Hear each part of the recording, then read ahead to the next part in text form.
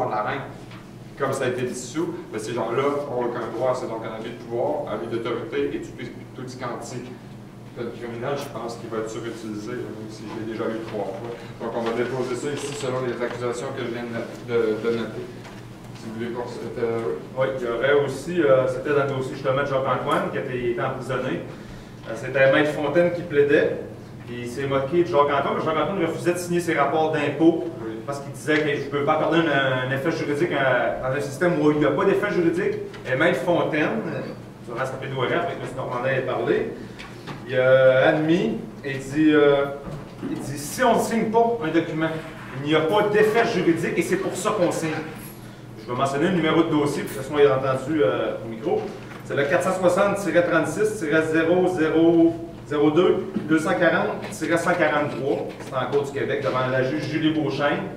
Il a admis qu'il n'y avait pas d'effet juridique quand on ne signe pas un document. Donc, si les juges ne signent pas le jugement, il y a un méchant problème. Ça va.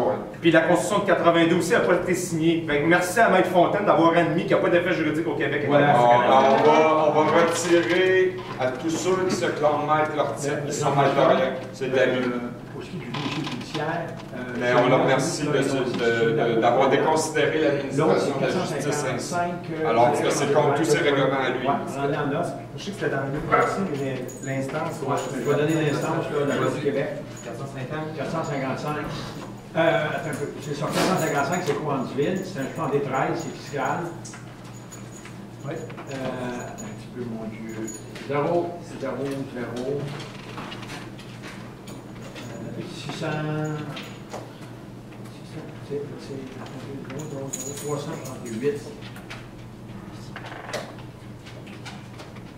145. J'ai toute une mémoire, mon genre. Et l'autre, c'est 377-147. OK, moi, c'est ça. OK, parfait. C'est ça les deux dossiers. OK, parfait. OK? Parce que je sais que c'était ça. C'était, je pense que ça, c'est le numéro juste de la procédure que Michel Lebrun avait déposée, je pense, la F95. Je pense que c'est pour ça que j'ai ce numéro-là en tête, mais oui, j'entends un autre. Non, ça, c'était le dossier à Cour du Québec. Mais l'autre, c'est justement, c'était le dossier de Michel. OK, super. Bon, là, on est rendu en décembre 2011. Alors, c'est sûr que le voisin nous empêche nous empêcher d'aller à la Cape-Nationale. Alors, moi, j'en peux plus, là. Je m'envoie. J'écris un texte à mon docteur.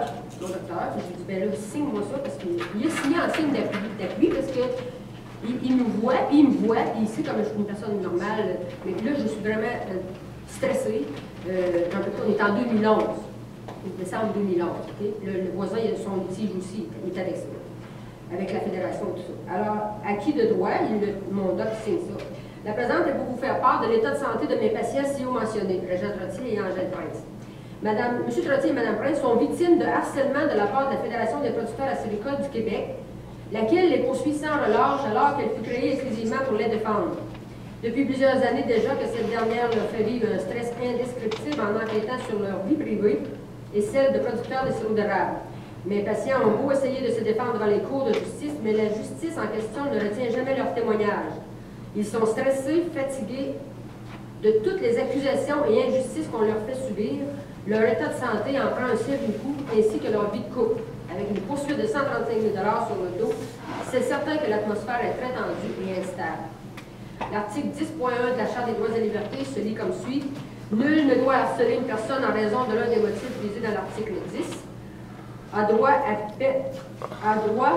à pleine égalité de ses droits et libertés de la personne. L'article 49 se lit comme suit. Une atteinte illicite à un droit ou à une liberté reconnue par la présente charte confère à la victime le droit d'obtenir la cessation de cette atteinte et la réputation du préjudice moral ou matériel qui en résulte. Je vous demande bien respectueusement de les laisser tranquilles et de cesser toutes sortes de harcèlements dont ils sont les proies. Et si cette situation tente à s'éterniser, ils n'hésiteront pas à analyser les agents de l'ordre aux causes de cruauté mentale. Alors, il a signé ça en signe d'appui parce qu'il ne veut pas se présenter en cours, mais il a signé ça. Il nous voit, lui, là, il sait comment on est. En 2014, là, encore une fois, mon conjoint, parce qu'en tant que bénéficiaire de la servitude, il faut qu'il entretienne le chemin, puis qu'il le déneige et qu'il le rénove. Alors là, il s'en va déneiger. Le voisin lui bloque avec son tracteur. Il commence à finir le police, c'est comme la plaque. Il est reculé, mais il a fallu qu'on les police. Puis là, ici, on est rendu là, notre requête introductive en mandamus pour la cause autochtone. Là, ça a été remis pour, je sais pas quand, ça a passé au mois de janvier. Si vous permettez. Ici, dans le jugement dont on parlait précédemment, là, de Carole Julien, qui, je crois que c'est celui qui n'est pas signé. Oui, c'est ça. Ouais, effectivement, là, puis j'ai autre chose à dire sur ce que Paul est en train de rechercher pour moi. Je voudrais juste mettre à les lumières le point numéro 25, tardivité du recours à la demande en nullité. C'est vous qui avez fait ça, cette demande-là? La demande en nullité. Non, ça, c'est l'avocat avec les 10 producteurs. OK, donc vous aviez un avocat. Ça, c'est la fédération contre ici. Bon, ici, ça dit, là, pardonnez-moi d'interrompre, met en œuvre le pouvoir. Déjà, ce mot-là, ces gens-là n'ont pas de pouvoir, donc c'est de l'abus. Le contrôle et de surveillance de la Cour supérieure. Il est depuis longtemps reconnu que celui qui désire s'en prévaloir doit agir dans un délai raisonnable. Ce délai s'apparente au délai d'appel, 30 jours. Donc, il spécifie. Là. Le tribunal exerce une discrétion à cet égard. Ce qui veut dire que finalement, 30 jours, ça ne vaut absolument rien. Mais je vous signale que la fraude nullifie tout contrat. Il n'y a pas de délai dans le temps pour nullifier la fraude. Si on aperçoit 5000 ans après, ben, ça demeure une fraude à l'origine, fait que le délai continue de courir. Donc, je vais mettre en œuvre en lumière que la Fédération des producteurs acéricoles commet donc de la fraude, basée sur la preuve qui est présentée devant vous, et continue d'aller plaider la fraude en Cour supérieure. La Cour supérieure cautionne la fraude.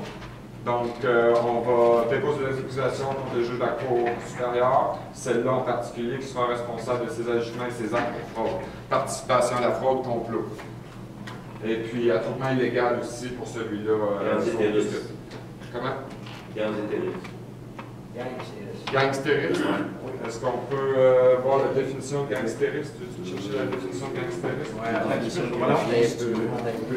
OK, permettez juste un instant. On a sur l'autre jugement ici, là, merci, je vais donner la parole en 2 secondes. Sur l'autre jugement de la Cour supérieure, là, je voudrais juste vous pointer à l'origine qui fait 2 pages. Dans le fond, c'est une page recto-verso, qu'un greffier spécial avec une signature, un greffier adjoint, ces gens-là sont capables de faire des jugements de la Cour supérieure. C'est des greffiers, ce n'est pas des juges. C'est ça qu'on a ici. Ça, c'est la supposition de personne. Un greffier, si Paul veut bien nous dire. Ouais. Le mot greffier provient du verbe grec signifiant écrire. Autrefois, le greffier d'un tribunal était un officier ministériel titulaire d'une charge qui tenait la plume à l'audience. Les greffiers sont actuellement des fonctionnaires de l'État recrutés par concours.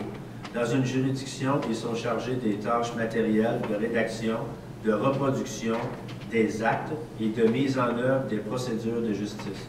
Ils sont gardiens des archives de la juridiction et principalement des minutes.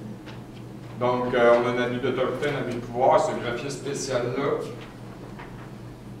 François Leblanc va devoir répondre de ses actes. On a manifestement un abus d'autorité, un abus de pouvoir. Donc, un greffier n'a pas le droit de le mettre en mandat. Non, il garde les archives. On vient de vous le dire. Très utilisé par l'Agence de revenus du Québec. Par contre, le greffier spécial, c'est celui qui peut rendre jugement. Parce que sur convention ex parte, normalement, comme dans mon cas à moi, devant la greffière Danielle Bernier, qui est dans mon dossier fiscal, Danielle Bernier, au lieu de me référer au juge Keble devant la Cour du Québec, aurait dû rendre jugement par défaut, parce que la partie défenderesse, sur laquelle l'introductif d'instance ne s'est pas présentée devant la greffière spéciale dans la salle du rôle. Donc, automatiquement, il n'avait pas le droit de comparaître. Et malgré tout ça, j'ai dû passer devant le juge Keble et le juge Keble a rejeté la cause. Alors que dans ce dossier-là, je poursuivais le Conseil canadien de la magistrature et le Conseil de la magistrature du Québec. Donc, ça représentait tous les tribunaux judiciaires. Et si le juge Keble avait été impartial, il aurait tout simplement rendu jugement par défaut et il m'aurait accordé ce que je réclamais. Et dans ce dossier-là, je réclamais 1 million de dollars par mois à vie depuis le 9 janvier 2004. Et ce dossier-là, il est gagné. Il vous appartient, c'est votre argent, c'est pas à moi, mais vous l'avez gagné. Et il y a d'autres argent aussi que vous avez gagné.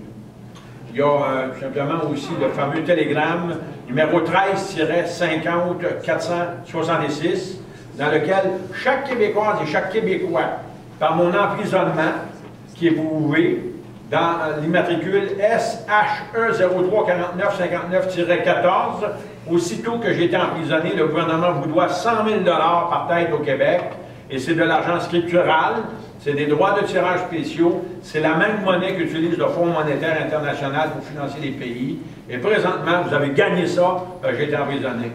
C'est pas compliqué. Sur le même jugement que précédemment, je me relais le cas. Au vu de l'article du Code de procédure du Québec, ça n'existe pas, le Code de procédure du Québec. Donc, je ne sais pas où est-ce qu'ils ont pris ça, puis sur quel chef on peut les accuser là-dessus, là. Mais là, eux autres, ils se basent sur un code qui n'existe pas pour condamner madame là, par un greffier spécial. Donc ça, c'est... Production de faux documents. Oui, ça, on l'a déjà déposé contre la Cour du Québec, là, mais c'est ça, code de procédure du Québec, il va falloir que je trouve un des articles du Code criminel pour pouvoir les inculper de ça aussi. La production des âges de faux, on l'a utilisé.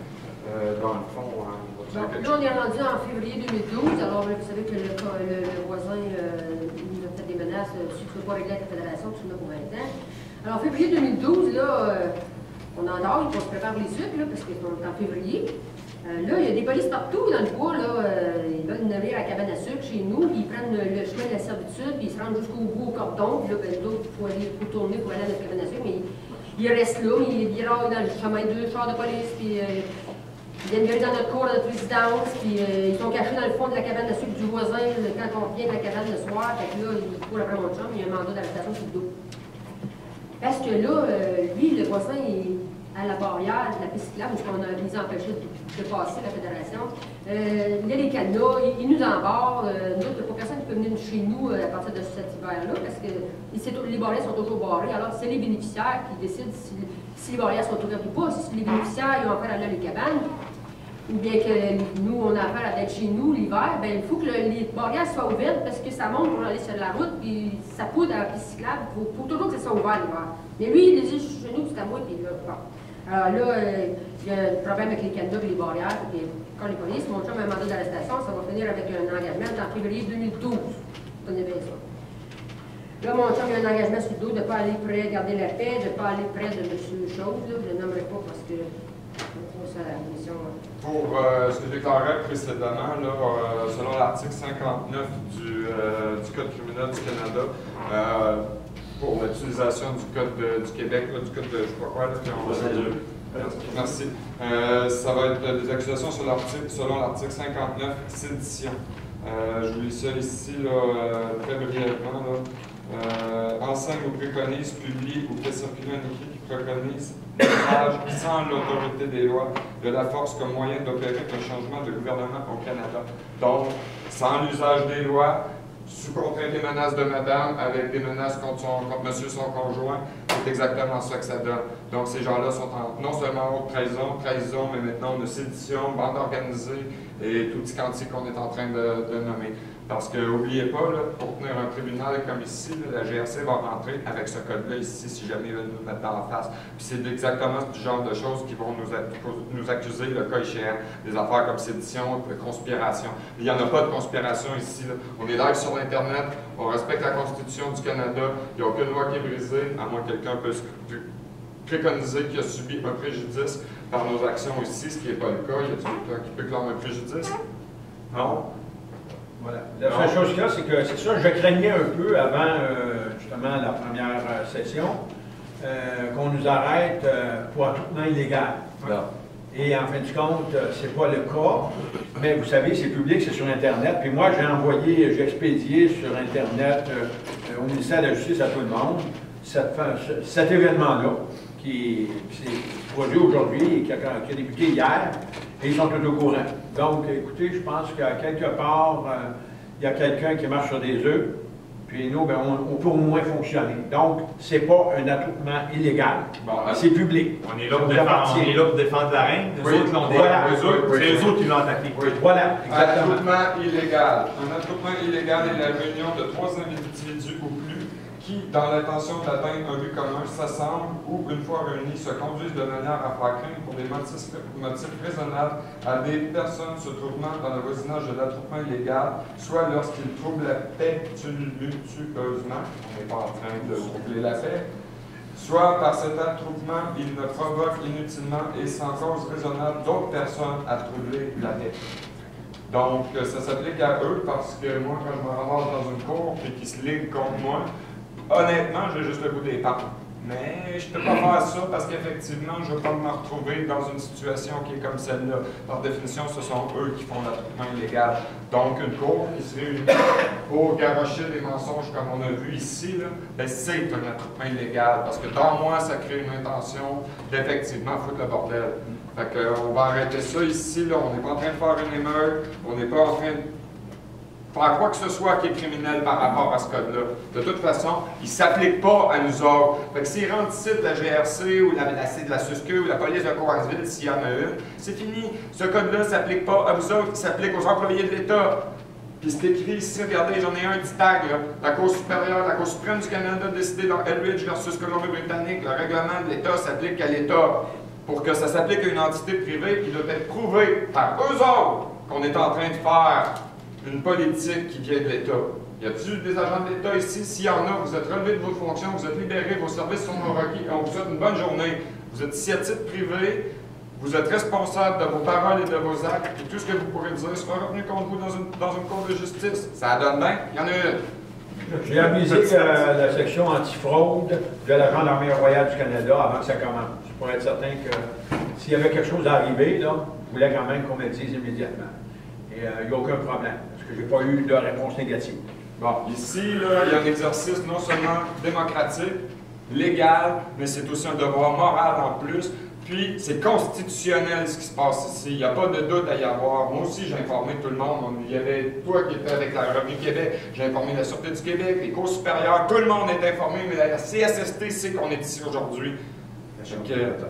La Chambre des notaires, tout le monde est informé de ce qui se passe ici. Les absents sont toujours tard. Ils ne sont pas là pour défendre leur position, puis pourtant la chaise est là. Ils sont immunisés s'ils viennent s'asseoir. C'est le gars qui a commis 300 meurtres peut venir s'asseoir là. J'ai commis 300 meurtres. On ne peut rien faire. Merci d'être venu, bonne journée. Bonne vie, t'es absous. Ils ne sont pas là. Ils pourraient venir tout débâtir notre affaire. Il y envoie un avocat assis là. Parce que les avocats sont permis ici seulement assis là. Puis ils pourraient tout débâtir notre patente ici.